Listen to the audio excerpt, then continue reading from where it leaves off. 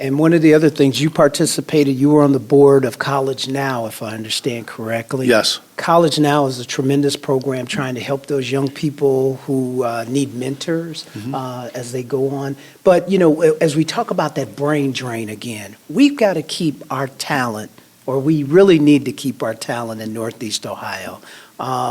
What do you think are some of the things that should be on top of mind for our elected officials, for our business, our chamber, for everybody to keep those folks here? Well, let me first give a little shout out to Lee Friedman and team, as well as a few others. John Zitzner at Breakthrough Charter Schools, where I was involved in the Friends Group, and Urban Community School, where I was also a board member for some time. I got involved in each of those organizations because of this issue. I was fortunate to have parents who made sure that I had a good education and made sure I did my homework and all those kinds of things.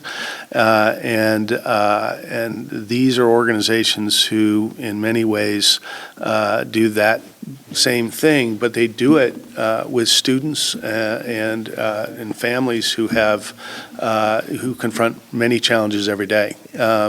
So the work is really important, and anything we can do in economic development or the public sector to support that work, I think really, really important. As I said earlier, talent is the number one or number two issue that comes to mind when companies think about investing here for the first time or investing again here if they're already here.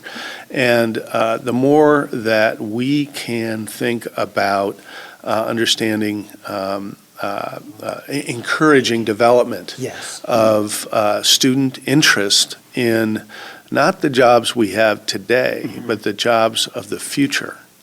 Critically important. I'll give one simple example. My colleague, Jacob Duritsky, who is known for his research in this area, he was talking to a young man, I think he was like in 6th or 7th grade, and he said, "What do you want to be when you grow up?" And this young man said, I think I'd like to be a policeman or a detective or something. He said, "That's really interesting. Do you like computers?" And he said, "Yeah, I like computers." He said, "Well, what about cybersecurity?" Wow. Right. Wow. So now you're getting a young man to think about a totally different thing, right?